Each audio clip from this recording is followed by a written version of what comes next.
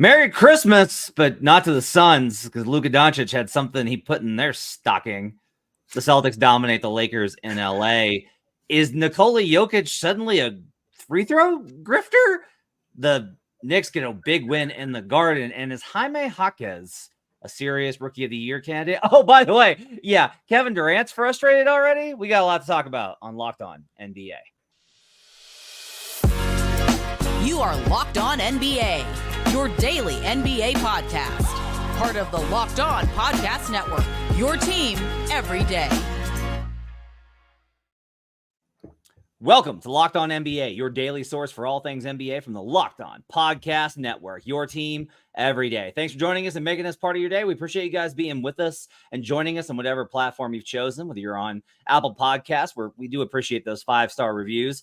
YouTube, you can catch us at youtube.com/LockedOnNBA Monday through Friday, or on apps like Spotify. We're available on all platforms. We appreciate you guys making us part of your day. Today's episode is brought to you by GameTime. Download the GameTime app, create an account, and use code LOCKEDONNBA for $20 off your first purchase. My name is Matt Moore. I'm the senior NBA writer for the Action Network. I'm joined by David Ramil, who is not feeling well, and it's 1:25 a.m.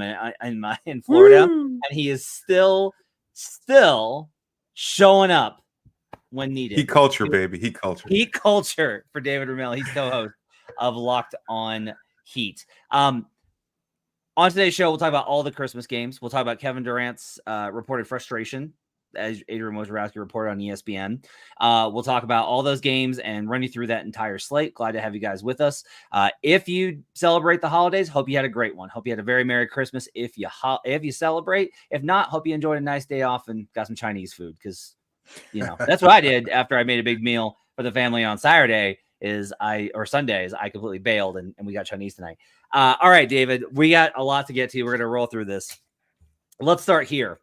Luka Doncic had what I think is his best game of the season. He hates the Suns. They hate each other from that playoff series that they were in. There's been comments back and forth. You've seen the memes with him smiling at Booker. Those two have had a lot of words for each other through the years, and it continued into this game as Luka Doncic and the Mavericks get Derek Lively back, go into Phoenix. Luka goes for 50 points on 25 shots, 15 of 25 from the field, 8 of 16 from three-point range, 12 of 12 from the line, 6 boards, 14 assists, 4 steals, and 3 blocks in 43 minutes as the Mavs close out the Suns in the fourth quarter after the Suns came all the way back. The Suns got a miserable performance from Kevin Durant in this one after the reported comments about his frustration, which we'll get to in a second. KD goes 4 of 11 in 43 minutes. First of all, he took 11 shots, 7 free throws, so 11 field goal attempts and 7 free throws in 42 minutes and 30 seconds of time. Just 16 points, 8 boards, did get 7 assists, was a -5 in this one. Devin Booker, 6 of 14, not great efficiency there. 1 of 4 from 3, 20 points for Booker to go with 10 assists. They were creating for others. They got 32 points from Grayson Allen and lost. They got 23 and 19 from Chimezie Metu off the bench and lost in this game, in large part just because Luka was incredible. I have a lot of criticisms that I've levied at the way that Luka Doncic plays. I have none of them in this one. He was perfect with every decision he made, every swing, the shots that he took were demoralizing for the Suns. It was a complete masterpiece from Luka Doncic. It was unbelievable. He hit a lot of the shots that you would normally find some fault with. And I mean, that's fair. I mean, that's the kind of risk that you take in playing the style that he does, but it paid off tonight. And the 14 assists, everybody's going to kind of overlook those considering he had the 50 burger. But the fact that he was getting everybody going so frequently throughout the game, and to your point, demoralizing shots all between too. Sorry about that. But in top of the assists, just, the fact that he had 12 points in the fourth quarter. As the Phoenix was trying to keep the game close. They actually had a lead going into the fourth quarter, and then they just turned it on. Fantastic overall game. But I think it kind of shows the fact that this Dallas team is a little different. They have some players that kind of space the floor, that kind of stretch things out, that know how to cut, get to the hoop with ease, and can make things so much easier than they have in the past, where they're not as reliant on Luka Doncic to create as much offense as he does. 27 assists for the Mavericks to 11 turnovers in this one. The Suns had 28 assists on 40 made baskets. So when they did score, they got really good action there. I will say, Luka was absolutely incredible in this one. He was amazing. He was also locked in defensively, which he never is. Like, he was really efforting, especially versus Booker. You can tell how he takes that matchup seriously. But the other thing here is Derek Lively. The second that Derek Lively came back, I wagered on the Dallas Mavericks because he is the second most important player on the Mavs. Kyrie Irving's the second best player on the Mavs, but Derek Lively is the second most important player on the Mavs behind Luka Doncic. 8 of 9 for Lively in his return, 20 points, 10 boards, plus 18. Like, best on the team. They won those minutes by a huge margin. No use of Nurkic tonight for the Suns, and it was a huge difference. The Suns team is not well constructed. The Suns team is not well built. The Suns team does not have good chemistry. And Adrian Wojnarowski reported on Countdown to start the day off that there is an awareness in Phoenix of Kevin Durant's frustration, quote unquote. The exact comments from Woj: you talk to people in Phoenix and around that organization, they can feel the frustration with Durant. Part of that is certainly the missed games for Brad Beal. This team was built around those 3 stars. The underwhelming supporting cast, they got great contributions tonight, that comes from those massive trades for Durant and Bradley Beal. Gutted the organization, let them having to sign a lot of minimum players. And then they understand they lack the assets, the draft picks, and the trade capital to really improve on that team. This is something they're going to have to manage in Phoenix with Kevin Durant, is what he said. Look, I think one of the things is that KD keeps being in situations where his guys are not there, right? Like, the problem in Brooklyn in large part was that Kyrie was out with refusal to believe in science, and then he was out with injuries, and then Harden was out, and then Harden was having a thing, and then Kyrie was having he just could never get his guys on the court, and I think that really frustrated him.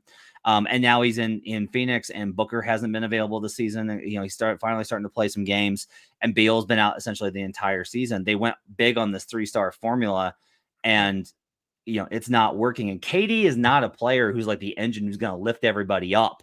And that's really what they need. I think Booker's become a fantastic playmaker, 10 assists tonight, but they don't have guys that are going to lift up the other dudes. They've only got these elite kind of finishing tip of the spear dudes.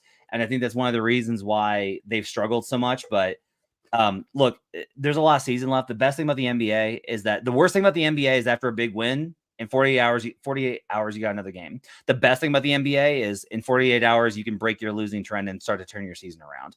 So there's a lot of time for them to figure this out, David. But I do think, given KD's relative instability in terms of where he's been the last couple of years, I do think 3 trades isn't a lot, but I do think you have to at least keep a little bit of an eye and move the Suns into maybe a DEFCON 3 type of area for how much they're struggling right now. I mean, I don't know if I take it as that seriously. I can understand he's frustrated, and I think the whole franchise is frustrated, but I'm not prepared to think that he's ready to throw it all away in 3 months. That doesn't seem like his typical MO. I think he's going to give this a chance, and I think ultimately, if Beal can come back healthy, then all of a sudden we'll see the supporting cast be who they're supposed to be. They're supposed to be complementary players. Nobody's expecting Grayson Allen to have 32 points regularly. And yeah, it looks underwhelming when he's, trying to fill a role that he's not quite equipped to do. So I think, given that eventually the hope is that Beal will return, and if they can make a deep postseason run, then all of this will be forgotten. So my expectation is that things will eventually revert to the way that they were supposed to when this team was built, and then the complementary players will be able to be just that. They'll be able to complement the 3 superstars that were there. And I think they're being cautious in holding out Beal for as long as they have, because they're going to need him in April and May and June when those things matter the most. So I'm not worried about the Suns team. I think they're still going to be fine. I think people are kind of rushing to kind of pounce on their grave a little bit early on, knowing that they were assembled somewhat hastily. But I mean, I remember in the offseason where people were thinking, given the fact that they have these 3 superstars there, the acquisitions they made to kind of shore up the fringes of the roster were actually pretty good. So I still think they will be once those other 3 players are healthy, though. I mean, it was weird because there was a lot of praise heaped on them for oh man, they got Drew Eubanks and Keita Bates-Diop and Eric Gordon. Really, that's Yusuf Watanabe. It was a lot of praise for those moves. They did well with what they had. On the other side, we'll talk about another team that there was a lot of praise for in the offseason. Who took a tough L at home as the Celtics and Lakers renewed their rivalry. We'll talk about that. Plus, Steve Kerr has some tough words for the officiating and how stars are officiated. Plus, oh, by the way, the Nuggets beat the Warriors again. We'll talk about that next on Locked On Nuggets.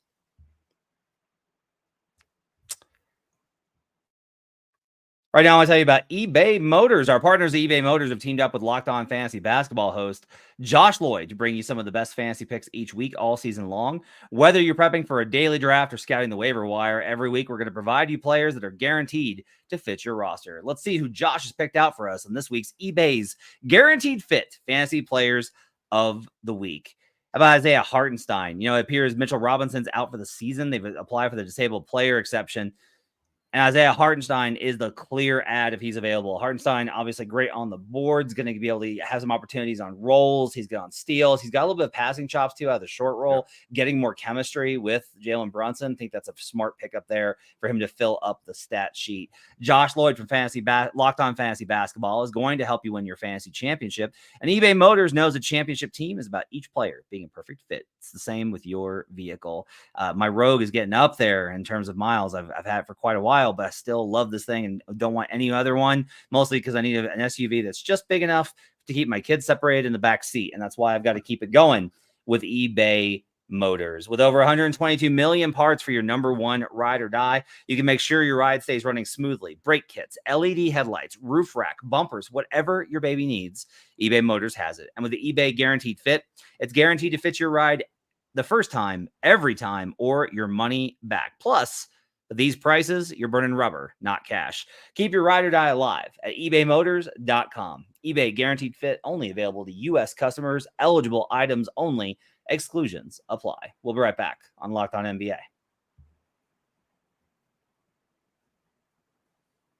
Back here on Locked On NBA. Thanks for joining us and making us part of your day. Appreciate you guys being with us. Matt Moore alongside David Ramil. David, the Los Angeles Lakers and the Boston Celtics renewed their classic and historic rivalry in LA this afternoon, the primetime game, as the Celtics, obviously the number one team in the league currently, and the Lakers looking to capitalize off that Western Conference Finals run, got back into it. And it was an interesting game in that the Celtics got out to a massive lead. Lakers bench units, the combo units, came back against the Celtics bench.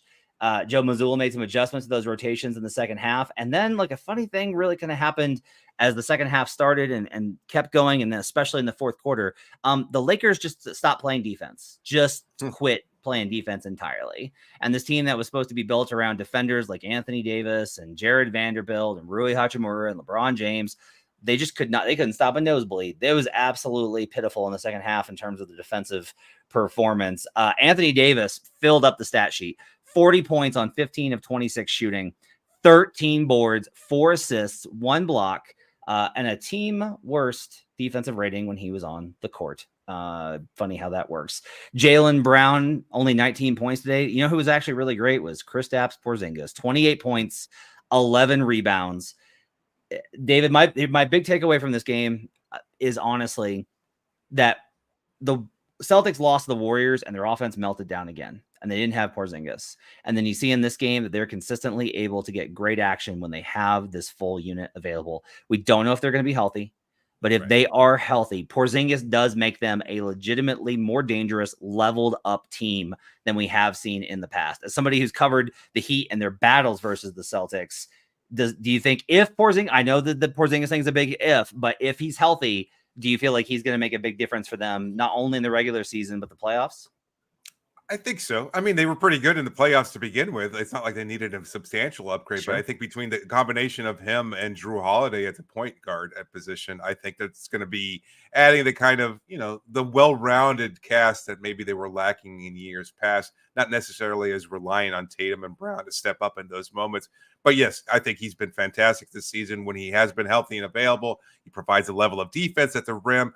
Obviously, he can make some plays also as a passer, and his ability to shoot from the perimeter and get to the rim also. And I mean, just that size makes it so unstoppable. As big as the lineup that the Lakers were fielding out there, Porzingis just looks so much bigger than them on occasion, and he was able to just sky over opposing players for rebounds, finish at the rim, etc. So he makes them so much better. It's hard to tell. I mean, I don't know that anybody is really capable of keeping him off the glass as effectively. So I wonder whether or not he's going to be the kind of swing factor that we're talking about right now. It's possible. I think ultimately it relies on Tatum and Brown to have those kind of moments. Tatum in particular. I think, we're not that far removed from questioning whether or not he had the intestinal fortitude to come through in big moments in the playoffs and things of that sort. So I think ultimately he'll still be the deciding factor, but it's nice to have those complementary players around him that can kind of bring the overall game up a little bit. I think Derek White's also been fantastic, and he's got a much bigger role than he did last year as well. We see a lot of these teams like Dallas. If Luka has a bad night, they got no shot. There's a lot of teams that are built like this. Tatum has honestly had a miserable start to the season. He has one of the lowest effective field goal percentages on jump shots off the dribble in the NBA this season. I looked that up, like minimum 100 shots. He's in the bottom 5 for pull-up shots off the dribble. Like, that's really bad for him. He, I think, can play better. The question is just like, okay, can the Celtics maintain, not improve, but just like maintain this level? And then Tatum's efficiency improves, and then you've really got a team that's even more dominant. It's usually not how it works. You usually have some sort of, one right gets better and the other gets worse. Tatum contributed today, 25 points, 8 boards, 7 assists. He did get to the line for 12 of 13 from the stripe. It is just interesting to me that the Celtics have been so dominant and Tatum hasn't necessarily been the one to benefit from it. Like, it's not like this team is loaded and that makes it easier for Jason Tatum. He's struggled, but they're still so good, which I think is really encouraging. On the Lakers side, I just think it's like, look, the Thunder win was their best win of the season, and they deserve a lot of credit for that. Like, that's a really good team that they beat on the road. That was a great win for them. They just don't have a lot of them. Like, if we go through the schedule and we look at who they've played, they don't have a lot of great wins. This was an opportunity at home to get a signature win, and they couldn't get it done. I do think that probably says something about the Lakers. They made that switch in the starting lineup too, taking D'Angelo Russell out. It didn't really make much of a difference. Yeah, they took D'Lo out, and then D'Lo was a positive. Who knew? In the second game of the day, Denver Nuggets get the win over the Golden State Warriors in a weird-ass game that I was at on Monday. Nuggets get the win 120-114. Steph Curry goes 7 of 21 for 18 points and was a minus 26. The 15th time this season that Curry has had a negative plus minus, that they've been outscored when Curry is on the floor. That's a team stat, not a Steph stat. But it's interesting that he's on pace for the most he would have had since the rookie season when the Warriors won 26 games in terms of games where they've been outscored with him on the floor. Brandon Podziemski was really good for the Warriors. Nikola Jokic was not good in this game. He finishes with 26 points on 4 of 12 shooting. The only way he got any 14 rebounds for him and 8 assists, because Joker does what Joker does. Jamal Murray with 28 points, 10 of 18 from the field. He was great in this one, especially late. Michael Porter Jr. was fantastic with 19, especially early. Nuggets defense was great with Kentavious Caldwell-Pope defending Curry. They really crowded him. But really the narrative out of this game is that Steve Kerr lit up the officials after the game for Nikola Jokic, who got to the line for 18 free throw attempts. Jokic averages 6 free throws a game. 6. He is one of the lowest of the MVP caliber guys. That said, I will absolutely tell you this is the most I have ever seen Nikola Jokic grift in a game. And I sure hope that he does not start going the Joel Embiid route, because that's what this reminded me of. This was a pure Embiid game. He's flailing. He is falling. He is exaggerating contact. It was all over the place. And the Nuggets contention is like, yeah, but he actually is getting hit, and he wasn't getting calls before. So if he's not going to get the calls when he's hit, what do you want him to do? I don't think you want to start doing this stuff. I just think it's bad for the game. And Kerr lit him up on this, talking about how the officials have enabled the players, quote unquote, to play like this. And he's not wrong. Kerr's criticism was not of Nikola Jokic, but of how the NBA officiates it. And if you talk to players that have European experience, they will tell you the same. I've said this for a long time, David. There's basketball, and then there's NBA basketball, and they're not necessarily the same. And this is a big reason why, is if you're a star like Joker and you want to get the calls, the only way you're going to get it is if you engage in the behavior he did. He got 18 free throws, but man, at what cost? Look, this is the team that you cover. You know this better than anybody, that he's not a person who normally flails around a lot. But it is a bad look. And you've got two of the best players in the game, and Embiid and then Jokic tonight kind of flailing about. Embiid not available, obviously, when the Sixers took on the Heat, but he's an MVP type player. He won the MVP last year. Like, I think Kurt, it's a good point. Like, maybe they have allowed it, but what's the change? Like, at what point are we going to see refs say, you know what? I'm sorry, you can flail around as much as you want to. We're not necessarily going to make those calls against you.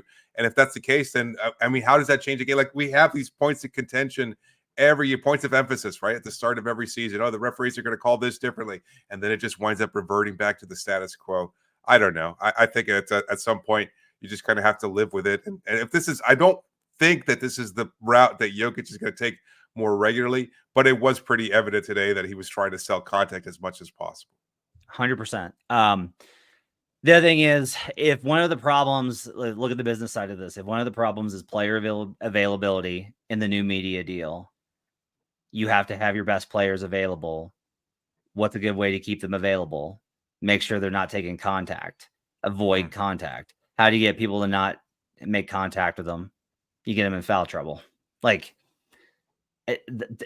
my answer is not here that this is a deliberate effort from the officiating. No, that's not what I'm saying. What I'm saying is, if we were to change it, that would be the consequence. If you allow more contact, you're going to see more injuries, and then we're going to be talking about players missing time. So it's like, which one of those, which do you prefer? A million free throws or guys missing games? And that's a balance I think the NBA is struggling to take. On the other side, Jaylen Brunson has himself a day at the Garden as the Knicks get revenge on the Bucks for a recent loss. Plus, Jaime Jaquez might just have forced his way into the Rookie of the Year conversation. All that and more up next on Locked On NBA.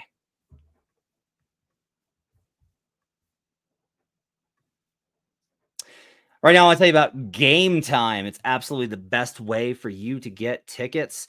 When I get back, I'm going to Disney World next week. When I get back, I am going to be taking my wife to a hockey game. She's a huge, huge Avs fan. And we both agreed the best way for us to do it is we're just going to wait till the day of the event. We're going to get tickets on Game Time because we get them for such a great price. You get them last minute, and you can get them up to right after the event and still get great seats. You get to see the view from your seat before you buy, so you know exactly what to expect. So for the hockey games, we're going to get to see the sight lines. All in prices show your total up front, so you know you're getting a great deal without hidden fees. Those fees drive me nuts. It's one of the reasons I love Game Time. And you can buy tickets in seconds in just 2 taps.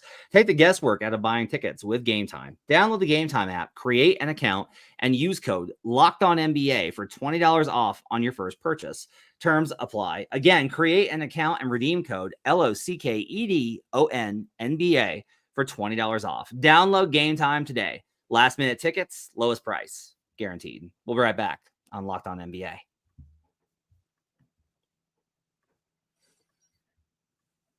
Locked On has launched the first ever national sports 24/7 streaming channel on YouTube. Locked On Sports Today is here for you 24/7, covering the top sports stories of the day with the local experts of Locked On, plus our national shows covering every league. Go to Locked On Sports Today on YouTube and subscribe to the first ever national sports 24/7 streaming channel. Last segment here with David Ramil. Glad to have you with us. Let's talk about the Knicks and the Bucks. So the Bucks do what they do, and they score a lot of points, and they hit a bunch of threes, although they didn't shoot very well today compared to the amount that they hit in the first game on Saturday between these two teams. These two teams played on Saturday on the matinee and then started off the Christmas day. It was a really weird scheduling by the NBA, and you would think it would help the Bucks, but instead they came out really flat, and the Knicks kind of jumped all over them in the revenge spot. Giannis goes for 32, Dame goes for 32. So they get 62 points from their two stars, plus 24 from Chris Middleton, and it didn't matter. And the Bucks trailed almost this entire game, only made it within single digits, I think, late. As guess who? Jalen Brunson, 38 points, 6 assists. Mr. Can't be the 1A himself, according to Becky Hammond. 15 of 28 from the field, 7 of 9 from the stripe. Emmanuel quickly off the bench adds 20. Julius Randle gave him 24 and 9 on 8 of 17 shooting. And versus one of the Bucks games earlier, Randle didn't dominate the ball so much that he got them behind the 8 ball by taking 2s versus the 3s. RJ Barrett bounced back from a miserable game on Saturday with 8 of 14 shooting for 21 points.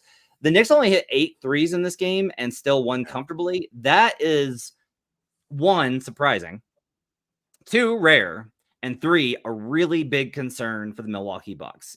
You outpaced them in threes and you still lost this game. That to me is very concerning, David.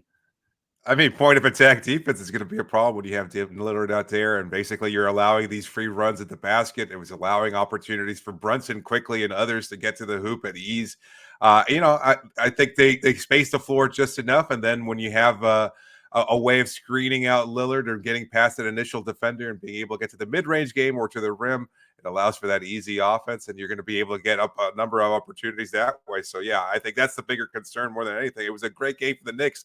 You don't want to take anything away from them, but at the same time, it's kind of reflective of the problem that the Bucks have shown all season long, and they're just not doing. They have heretofore done enough offensively, and it's not like they're overly concerned because their record is so good.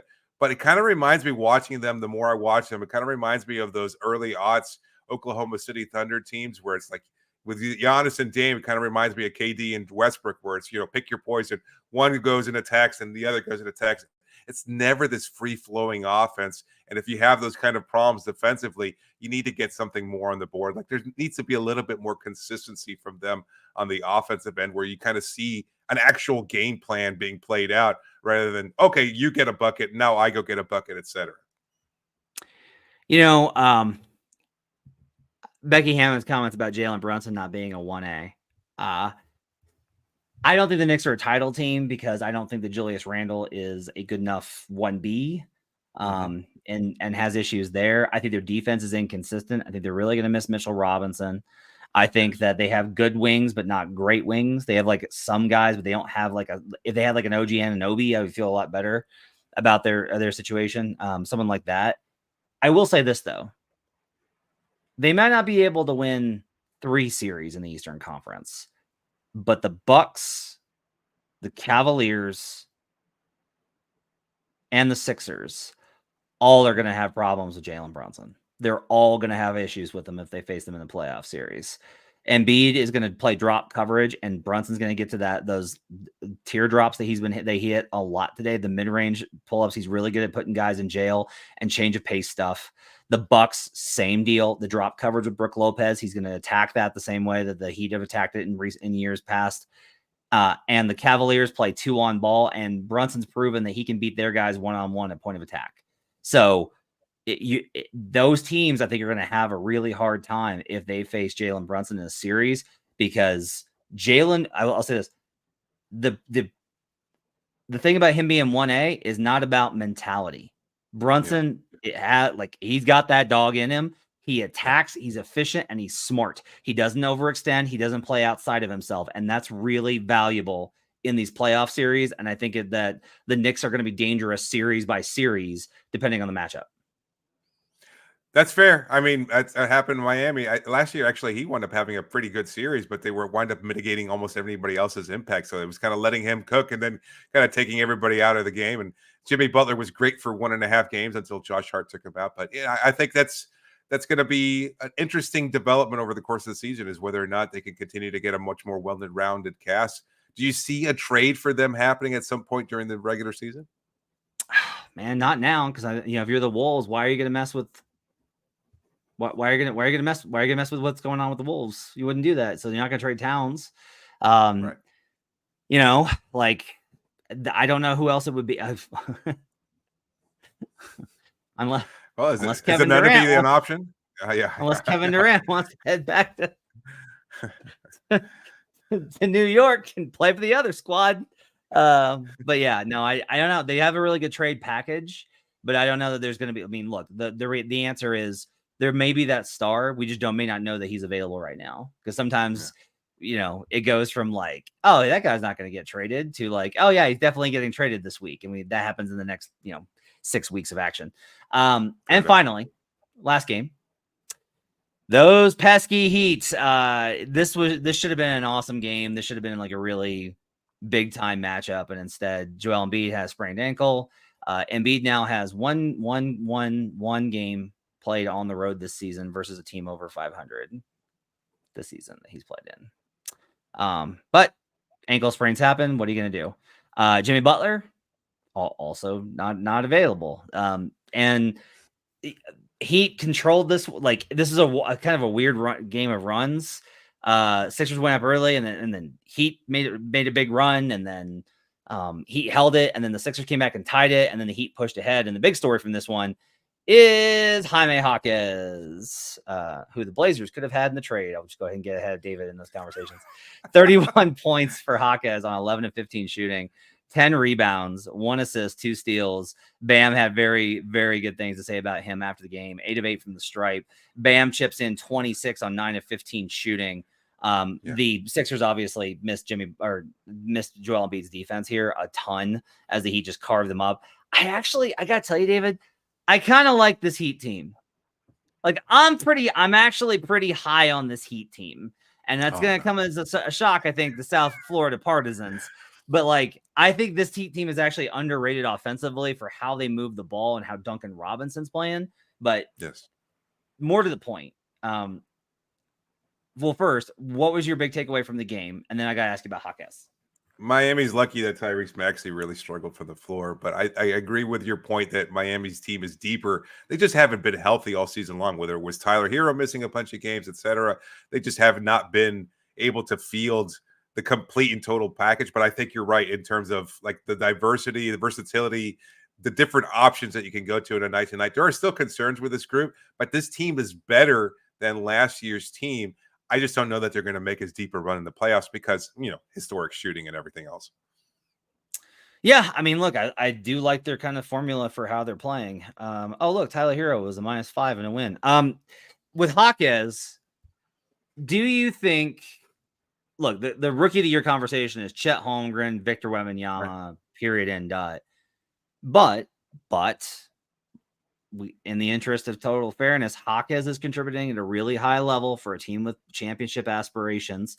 Do you think that Jaquez belongs in that conversation with those two? Belongs? Yes. He had a chance? Absolutely not. I think the argument for him is, you can look at Chet and say he's not technically a rookie.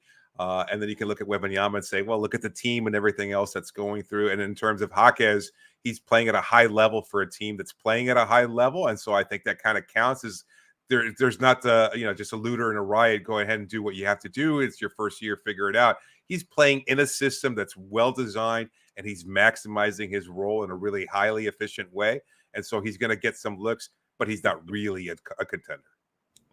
I have a comparison for some of these guys. So in the same draft class, okay, you had Embiid and you had Malcolm Brogdon, and you actually had Steven Adams, who contributed to a playoff team for the Thunder. Derek Lively is Steven Adams, where he's contributing to a team that has, as a rookie, for a team that has playoff aspirations. Jaime Jaquez is Malcolm Brogdon, where he's just like playing really, really, really well for a team, contributing in a lot of ways. The biggest thing is, like, whenever I watch Jaquez, I'm just like there's a couple of plays here and there where he makes rookie stuff, but like the vast majority, 8 out of 10, I'm just like, man, what a pro. Like, he just looks like ready to go every single play. Even I, who thought the Heat media shenanigans were ridiculous this summer, even I will acknowledge it's really funny that Jaime Jaquez is a much better rookie than Scoot Henderson. That's pretty funny. I didn't say anything, so I'm glad that you did, though. On Christmas, David's letting that one go. All right, that's going to do it for Locked On NBA. Thanks for joining us. Appreciate you guys being with us. Make sure to stay tuned tomorrow for Jake Madison and John Corrales. They'll recap the Tuesday slate for you. We're throughout the week. Keep rolling every single day here on Locked On NBA. Thanks for joining us.